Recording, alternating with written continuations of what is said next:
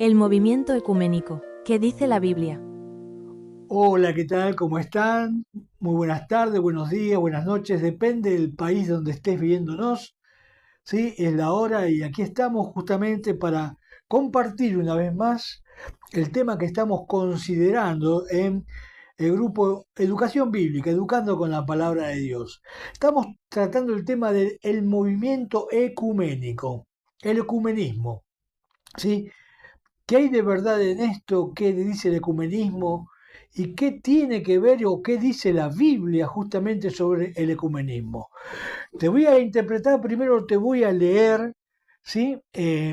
Lo que dice una declaración del movimiento ecuménico. Dice así: el movimiento ecuménico es una iniciativa que busca la unidad, cooperación y reconciliación visible entre las distintas denominaciones cristianas. Su término deriva del griego okumene, que significa la tierra habitada o el mundo entero. Esto es un escrito de hace mucho tiempo. Acá dice cristianas, pero vamos a la verdad. Esta es la declaración, pero dentro del movimiento ecuménico ha cambiado esta iniciativa y aparte no es la palabra unidad, sino unificación. Allí hay un error. Error o se pretende tomar esto como una verdad que tal vez puede ser una mentira, porque no es lo mismo unidad que unificar. ¿Sí? Te voy a leer el concepto de unificar. Unificar significa juntar, juntar, mezclar, mezclar o reducir varias cosas separadas para formar un solo todo o una misma entidad. Lo repito, unificar significa juntar, mezclar o reducir varias cosas separadas, tengamos en cuenta esto, para formar un solo todo en una misma entidad. El concepto se aplica tanto a elementos físicos como fusionar dos empresas, como ideas o criterios, como poner de acuerdo a varias personas. Poner de acuerdo a varias personas.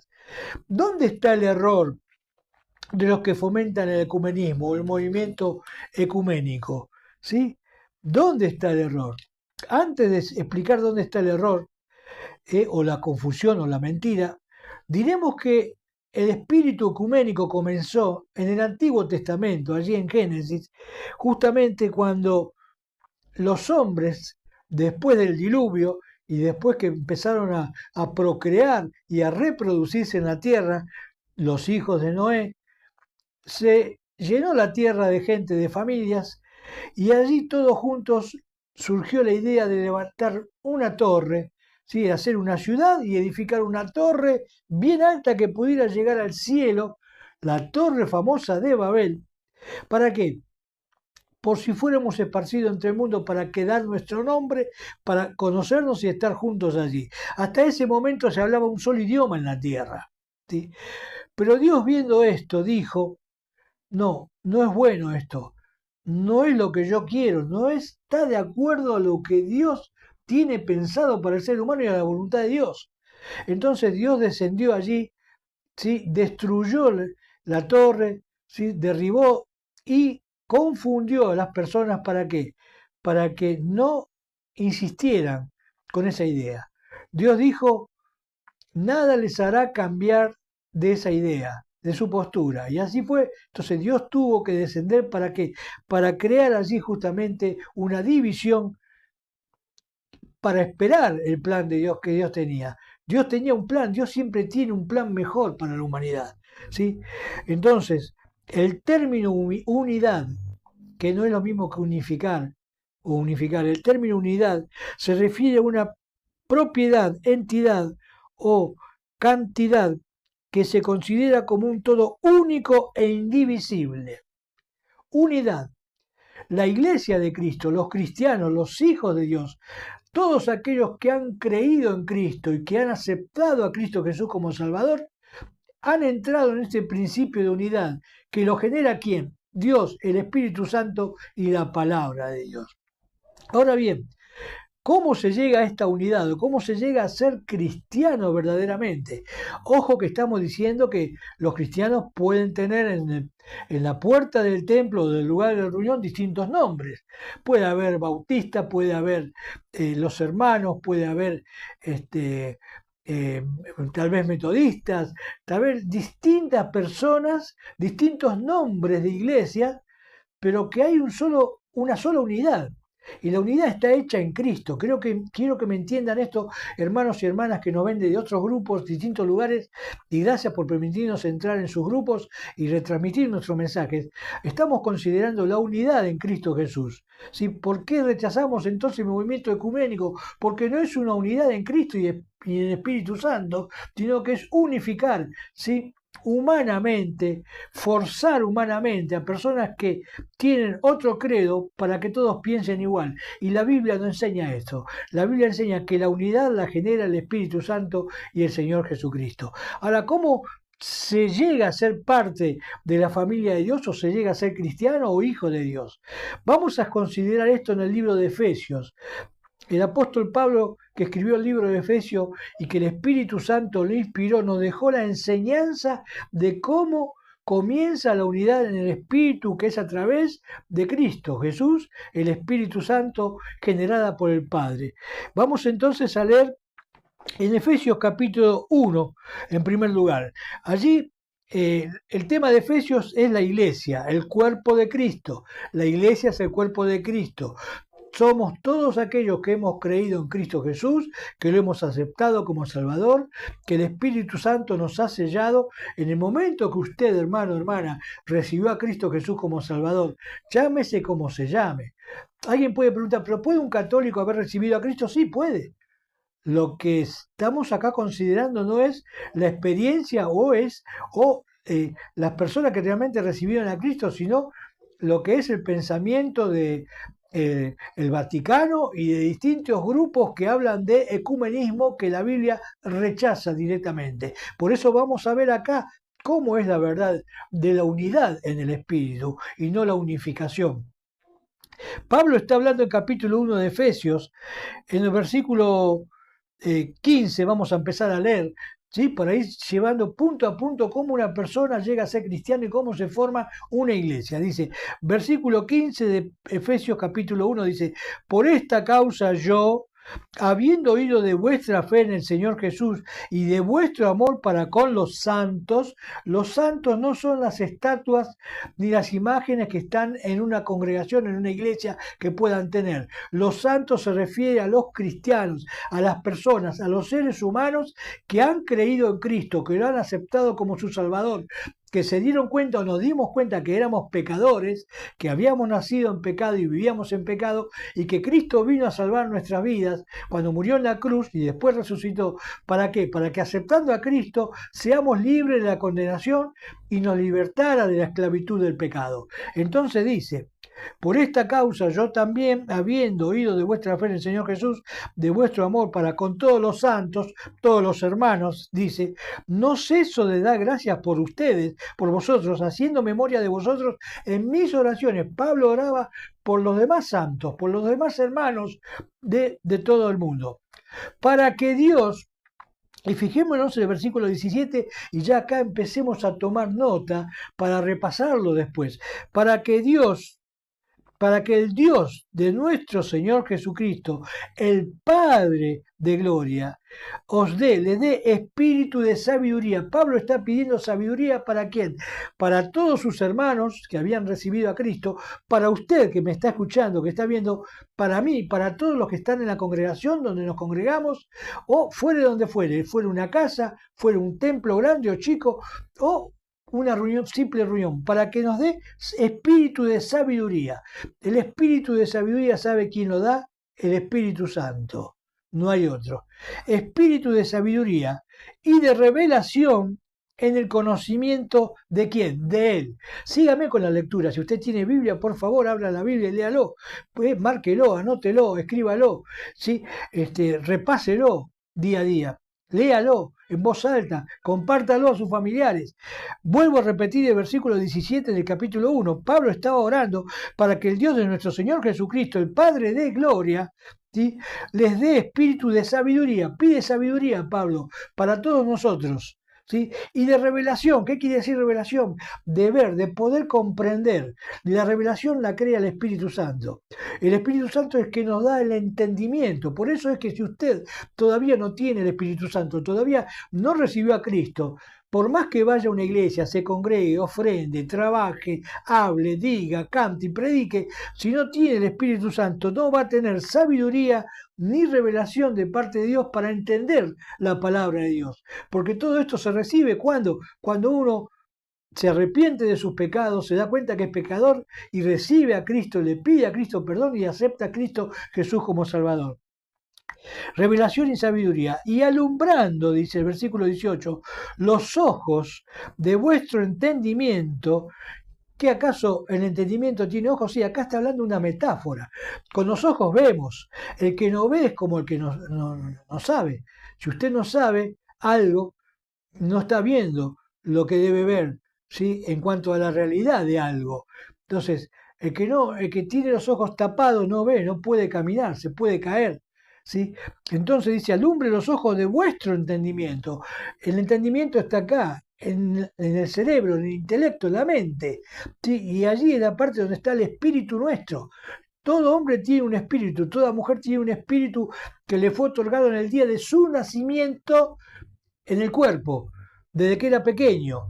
Cuando Cristo entra en la persona, ¿sí?, alumbra a la persona. Cuando uno le pide perdón por los pecados y acepta a Cristo, perdón que sea reiterativo, el Espíritu Santo le sella, entra, lo bautiza y entra a morar en su espíritu y le da entendimiento y sabiduría. Alumbrando los ojos de vuestro entendimiento para que sepáis, para que sepamos, para que usted sepa, para que yo sepa cuál es la esperanza a que Él, ¿sí?, Dios, el Espíritu Santo, el Señor Jesús, nos ha llamado y cuáles las riquezas de la gloria de su herencia en los santos y cuál la supereminente grandeza de su poder para con nosotros, los que creemos según la operación del poder de su fuerza, la fuerza de Dios, del Espíritu Santo, la cual operó en Cristo. Sí, el poder de su fuerza operó en Cristo, resucitándole de los muertos y sentándole a su diestra en los lugares celestiales. ¡Qué tremenda palabra! Cristo está sentado a la diestra del Padre en el cielo. Y sobre todo principado y autoridad, versículo 21, y poder y señorío, y sobre todo nombre que se nombra, no solo en este siglo, sino también en el venidero, no solamente en este tiempo, sino en los tiempos futuros para toda la eternidad. Y sometió todas las cosas bajo sus pies y lo dio por cabeza sobre todas las cosas a la iglesia, la cual es su cuerpo, la plenitud de aquel que todo lo llena. Muy bien, Cristo es exaltado, Cristo es el máximo. Filipenses 2 dice que Dios le dio un nombre que es sobre todo nombre, ¿sí?, sobre el nombre más alto que pueda existir en la tierra. Presidente, capitán, general, no sé, el nombre que se te ocurra, ¿sí? Y sobre todo nombre que está fuera de la tierra, serafines, arcángeles, ángeles, ¿sí? Sobre todo nombre que se nombra, ¿sí?, está el nombre de Cristo por arriba de todo. Él es el superior, el máximo. Dios le dio ese lugar, ese nombre, y sometió todas las cosas bajo sus pies. ¿A qué se refiere de todas las cosas? ¿A todas las cosas de aquí de la tierra? Sí. ¿A todas las cosas fuera de la tierra? Sí. ¿A todas las cosas del universo? Sí. Cuando la Biblia habla en Génesis capítulo 1, dice, y en el principio creó Dios los cielos y la tierra. Los cielos. El universo se está refiriendo a todo el universo hasta donde la mente humana conoce. Planetas, estrellas, soles. Dice, en el principio creó Dios los cielos y la tierra, después dice. Fíjate que los cielos está en plural y la tierra está en singular. Esta tierra, ¿sí? Creó esta tierra, ¿sí? Porque aquí puso Dios al hombre. Y aquí en la tierra, Dios se mostró al ser humano, al hombre, que creo que es creación de Dios, somos. Dice, os dio vida a vosotros, perdón, de vuelta, vamos. Y sometió todas las cosas bajo sus pies, versículo 22, y lo dio por cabeza sobre todas las cosas a la iglesia, la cual es su cuerpo, la iglesia. Usted y yo, todos los santos somos el cuerpo de Cristo. Está hablando de una forma metafórica, pero es la parte viva, activa hoy de Cristo aquí en la tierra. ¿Para qué? Para mostrar a Cristo, para mostrar el Evangelio. Somos el cuerpo que ejecuta las órdenes de la cabeza, que es Cristo. Y dice, la cual es su cuerpo, la plenitud de aquel que todo lo llena. La plenitud de Cristo que todo lo llena. La plenitud de Cristo está en la iglesia. La plenitud de Cristo está en usted, hermano, y está en mí. ¿A través de quién? Del Espíritu Santo. No nos confundamos. El Espíritu Santo. Lamentablemente nosotros no entendemos esto muchas veces y no lo aprovechamos. Porque usted tiene el Espíritu Santo si recibió a Cristo. Aproveche más al Espíritu Santo. Si no busque afuera, no pida afuera, pida más a Dios. Señor, mostrame, guíame, dirigime. Ahora vamos al método de salvación, vamos a ver. ¿Sí? Esta es la oración de Pablo que pide sabiduría, ¿sí? Pide también revelación, entendimiento, que abra los ojos de nuestro entendimiento. Y es la oración de Pablo para usted y para mí ahora. Dios quiera que usted pueda tener en este momento sabiduría, entendimiento, ¿sí? Y revelación de parte de Dios de lo que está escrito ya acá en la Biblia, que es la palabra ya revelada de Dios. Dice ahora el método, vamos a estudiar de salvación. Capítulo 2 de Efesios. Versículo 1 dice, y Él os dio vida a vosotros cuando estabais muertos en vuestros delitos y pecados.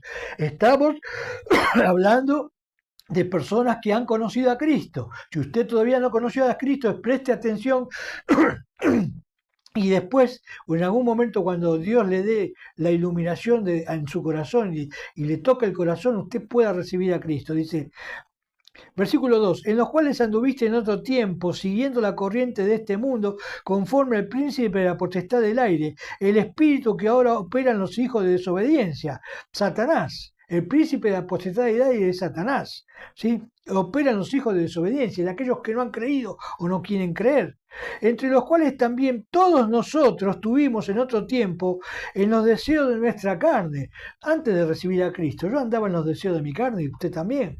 Andábamos como las personas comunes del mundo, buscando satisfacer nuestra carne, nuestros apetitos carnales, ¿sí? Buscando, viviendo no por fe, sino por vista.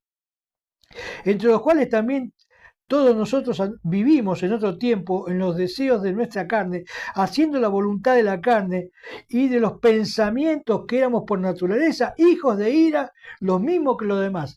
Todos los pensamientos, ¿sí?, de la mente carnal, no renovada, nos lleva justamente, o lleva al ser humano, a pensar las cosas vanas de este mundo, a lo bajo de aquí, no a lo superior de Dios.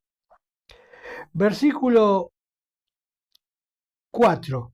Pero Dios, que es rico en misericordia, por su gran amor con que nos amó. Y acá empezamos a hablar del tema del amor, ¿sí? Y aviso, mañana sábado, después que termina en Facebook el programa El Otro Enfoque, hay un programa que se llama El Otro Enfoque, después que termina este programa voy a estar haciendo un devocional en vivo para hablar del amor genuino, ¿sí?, para llegar a satisfacer, para tener placer en el amor genuino y para satisfacer nuestro corazón basados en el amor genuino, ¿sí? ¿Querés tener paz? ¿Querés tener mejor calidad de vida? ¿Querés tener mejor salud? Vení mañana y escuchá este tema que voy a compartir, ¿sí?, después que termina el programa El Otro Enfoque, hablando del amor genuino, ¿sí?, para llegar a tener placer en la vida. Dice, pero Dios, que es rico en misericordia por su gran amor con que nos amó, aun estando nosotros muertos en pecados, nos dio vida juntamente con Cristo. Por gracia soy salvo. Y acá ya Pablo habla de la gracia de Dios, que es el método de salvación. Por eso que a veces cuando hablamos de ecumenismo, no podemos tener unidad, o que no va a haber unidad, por más que yo la quiera hacer, ¿sí?, con nadie que no haya sido salvo por gracia, que haya entendido esto. Por más religión que tenga, por más que se abstenga de hacer cosas malas, si no tenés a Cristo, no podés ser parte del pueblo de Cristo, dice. Aún estando muertos en pecados, nos dio vida juntamente con Cristo, y por gracia está marcado acá, soy salvo. Y juntamente con Él nos resucitó, asimismo nos hizo sentar en los lugares celestiales con Cristo. El Hijo de Dios ya pertenece al cielo, ya tiene vida eterna, ya tenemos vida eterna, ya estamos sentados, ¿sí?, espiritualmente con Cristo, porque somos el cuerpo de Cristo. Versículo 7. De capítulo 2 de Efesios, para mostrar en los siglos venideros las abundantes riquezas de su gracia y su bondad para con nosotros en Cristo Jesús. Versículo 8, por medio de la gracia sois salvo, por medio de la fe, y esto no de vosotros, pues es don de Dios. La salvación no es mérito nuestro, no es mérito del hombre. El querer juntar a todos en una sola religión es imposible, solo Dios puede, bajo la gracia y dentro de la iglesia de Cristo, unir a todos. Por eso que dice la Biblia más adelante, que de dos pueblos hizo uno, de judíos y gentiles. Los gentiles, ¿quiénes somos? Aquellos que no éramos nacidos en Israel, que no éramos judíos. Y de estas dos grandes masas del mundo hizo uno, la iglesia, que ya no es judío, que ya el judío, el israelita que está dentro de la iglesia ya no es judío, es cristiano, es hijo de Dios. Y el gentil ya no es del mundo, es hijo de Dios junto con el judío también. Entonces dice, por gracia soy salvo por medio de la fe. La fe es aquello, ¿la fe en qué? En Cristo. La fe en lo que dice la Biblia de mí. La Biblia dice que somos pecadores y dice que Dios es santo y que mandó a su Hijo Jesucristo a morir en la cruz por nuestros pecados y que resucitó al tercer día. La fe tiene que estar puesta en la palabra de Dios. Si usted no cree en la palabra de Dios, si mi hermano, mi hermana, vos que decís que sos cristiano, no lees la Biblia, algo está fallando en tu vida. Si no estudiás la Biblia todos los días y no buscás de conocer cada día más a Dios, algo está fallando. Vos me dirás, sí, yo no la leo, pero voy a la iglesia y escucho. Muy bien, porque la fe es por el oír y el oír la palabra de Dios. Pero tarde o temprano Dios te va a decir, abre tu Biblia, lee tu Biblia, estudia tu Biblia. ¿Para qué? Para que le enseñes a tu familia, a tus hijos, al vecino, a otros, a un amigo. Tenés, hermano y hermana, que leer y conocer la Biblia. Muchos hermanos que recibieron a Cristo no sabían leer y escribir, eran analfabetos y aprendieron a escribir y a leer, ¿sí? Doy fe de eso, leyendo la Biblia. Cuando fueron discipulados que le enseñaban la Biblia, aprendieron a leer y a escribir. Mi hermano, mi hermana, lee la Biblia, no dejes pasar el tiempo, porque va a ser tarde después. Lee la Biblia, disfruta el placer de estudiar la Biblia, disfruta el placer de estudiar la Biblia. Mañana vamos a hablar en vivo, ¿sí? Devocional en vivo en Facebook, en mi Facebook. Buscame Jorge Mario Vidán. Jorge Mario Vidán, allí voy a estar en vivo, sí, va a ser cortito, hablando, ¿sí?, del amor genuino que nos lleva al placer día a día, el placer corporal, físico, mental y el placer de estudiar la Biblia, ¿sí? Por gracia soy salvo. Versículo 9. No por obras para que nadie se gloríe. La salvación no es por obra. Yo no tuve que hacer nada para ser salvo. No tuve que portarme bien para ser salvo. Tuve que solamente creer. Y ese es el tema, hay que creer. Dice, versículo 10, porque somos hechura suya, Dios nos hizo, Él nos ha hecho, creados en Cristo Jesús para buenas obras, las cuales Dios preparó de antemano para que anduviésemos en ellas. Dios tiene obras preparadas para vos y para mí, para usted, hermano, y para mí. Justamente ¿para qué? Para que las hagamos en Cristo Jesús. Y una de esas obras es mostrar que somos hijos de Dios y ayudar a otros a que crean en Cristo. Hasta aquí vimos el método de salvación. Después en Efesios, que no lo vamos a leer, vemos en el versículo 14 del capítulo 2 hasta el versículo 22, que judíos y gentiles estamos juntos en un cuerpo en Cristo. Él hizo la iglesia de judíos y gentiles. La iglesia, también vemos aquí a partir del versículo 19, es un templo para que habite Dios por el Espíritu. La iglesia que somos usted y yo, nosotros somos la iglesia. ¿Por qué? Porque somos templo del Espíritu Santo y Dios quiere habitar por el Espíritu Santo y habita en cada uno que ha renacido, que ha nacido de nuevo. Vamos ahora sí a capítulo 3 En capítulo 3 vemos la iglesia, un misterio escondido de generaciones pasadas. Muchas personas no pueden entender aún hoy qué es la iglesia, que es un misterio en generaciones pasadas, pero que está aquí en la Biblia. ¿Por qué muchas personas no pueden entender cuál es la verdadera iglesia de Jesucristo? Porque no leen la Biblia. Porque se conforman con un templo, un edificio, con un nombre grande, con imágenes o con textos, con lo que sea, pero no leen la Biblia. Y aquí, en capítulo 3, ¿sí?, está el misterio revelado por Dios, que es la iglesia. Muchos no pueden entender este misterio, ¿por qué? Porque no leen la Biblia, no conocen la Biblia. Pero ahora vamos justamente al principio de unidad. Y en el capítulo 4, ¿sí?, la conducta y el servicio del creyente y una vida digna, tenemos aquí unos versículos que van a ser claros para entender. Ya vimos que la salvación es por fe en Cristo Jesús. El método es ese: creer la Biblia, creer la palabra de Dios. Yo no puedo decir que creo en Dios si no creo en la Biblia, o no conozco, y no puedo creer en la Biblia si no la leo, porque es la palabra que Dios dejó, ¿sí? Dios habla a través de la Biblia, no habla a través de otra forma. A través de la Biblia el Espíritu Santo utiliza las letras, las palabras de la Biblia que el Espíritu Santo escribió para ¿qué? Para hablarnos a nosotros. Capítulo 4. Vamos al versículo 1. Vamos a leer del versículo 1, vamos a leer hasta el 7 y ya estamos terminando. Dice el apóstol Pablo: yo pues preso en el Señor, estaba preso en este momento Pablo, en el Señor, les ruego que anden como es digno de la vocación con que fuiste llamado. ¿Cuál es la vocación con que fuiste llamado, hermana, o que fui llamado? La vocación es ser hijo de Dios.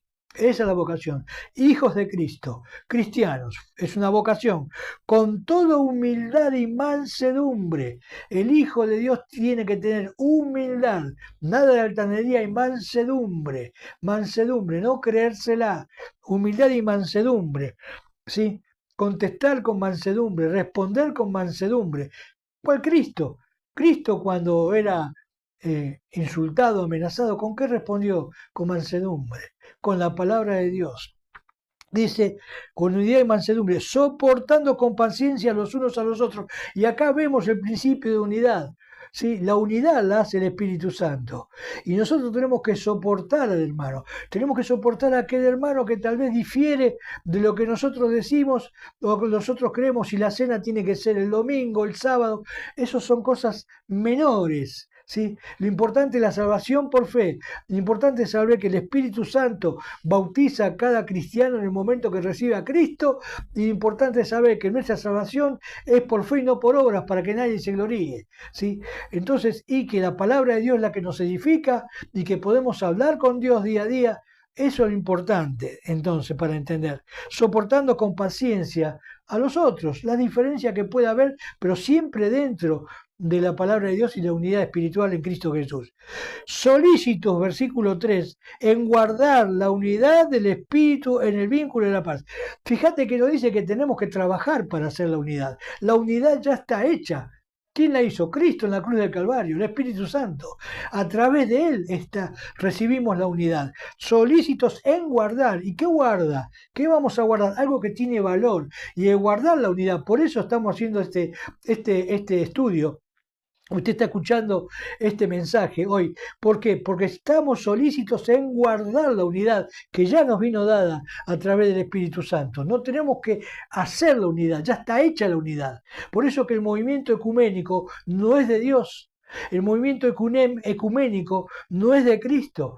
Es un error, ¿sí? Querer juntar a todas las religiones del mundo si no tienen la unidad en el Espíritu Santo. La unidad en el Espíritu. Fíjate que aquí el versículo 3 dice Espíritu con mayúscula, porque está hablando del Espíritu Santo, que es el que crea, el que da la unidad, el autor de la unidad, el formador de la unidad, el creador de la unidad y el que da vida a la unidad, el Espíritu Santo, en el vínculo de la paz. Y antes leímos soportando con paciencia las distintas diferencias que puede haber en cuanto a formas, pero no en cuanto a la doctrina. Versículo 4, y acá viene la explicación más clara que puede haber del principio de unidad para que todos seamos uno y no unificados, no juntados, sino unos en Cristo. Dice, un cuerpo. ¿Cuál es el cuerpo? La iglesia de Cristo. En todo el mundo, con distintos nombres, como le quiera llamar, distintas denominaciones, pero un cuerpo que han recibido a Cristo, se han arrepentido de sus pecados y han dicho lo que Dios dice. ¿Sí? Han creído la palabra de Dios. Un espíritu, el Espíritu Santo, un cuerpo, un espíritu. El Espíritu Santo se mueve dentro de la iglesia, trabaja a través del cuerpo, que somos usted y yo. Un cuerpo, como fuiste también llamados en una misma esperanza. ¿La esperanza de qué? De que un día este cuerpo nuestro, este templo, va a ser transformado en un cuerpo celestial similar al de Cristo. Dice, una misma esperanza, y vamos a estar en las nubes recibiendo al Señor para estar siempre con Él. Dice, en una misma esperanza de vuestra vocación. La vocación nuestra, ¿cuál es? Hijos de Dios. ¿Sí? Amar a Dios por sobre todas las cosas, adorar a Dios y predicar el Evangelio y buscar almas para Cristo, dar la salvación a otros. Dice, versículo 5, un Señor, fíjese que no dice varios, un Señor. ¿Quién es nuestro Señor? Jesucristo. ¿Sí? Señor es Kyrios, la palabra aquí es Kyrios, es amo, jefe, soberano, dueño. Cuando alguien decía antes en idioma griego, es decir, se refería al dueño de la empresa, está el Señor, se refería al amo de la casa, está el Señor, o se refería al jefe, está el Kyrios, el Kyrios es el dueño, el amo, el jefe, el Señor. Una fe, la fe es una sola. Creer en la palabra de Dios. Es pues la fe, la certeza de lo que se espera, la convicción de lo que no se ve. Y en una versión más antigua dice, es pues la fe, la sustancia. ¿Y qué es una sustancia? Esto es una sustancia, ¿sí? Una sustancia es lo que podemos palpar, ¿sí? Podemos ver. Y la sustancia en tu vida y en mi vida es que se vea a Cristo, que se vea justamente la mansedumbre, la humildad, la templanza. Esa es la sustancia de Cristo, es la sustancia. Un Señor, una fe, un bautismo. Y aquí hablamos, cuando habla de bautismo, sabemos que el cristiano es bautizado en la iglesia, incorporado a la iglesia, ¿sí? Cuando recibió a Cristo. Pero Cristo dejó una enseñanza que no se puede cambiar por ninguna, el bautismo en agua, que es señal de que hemos nacido de nuevo.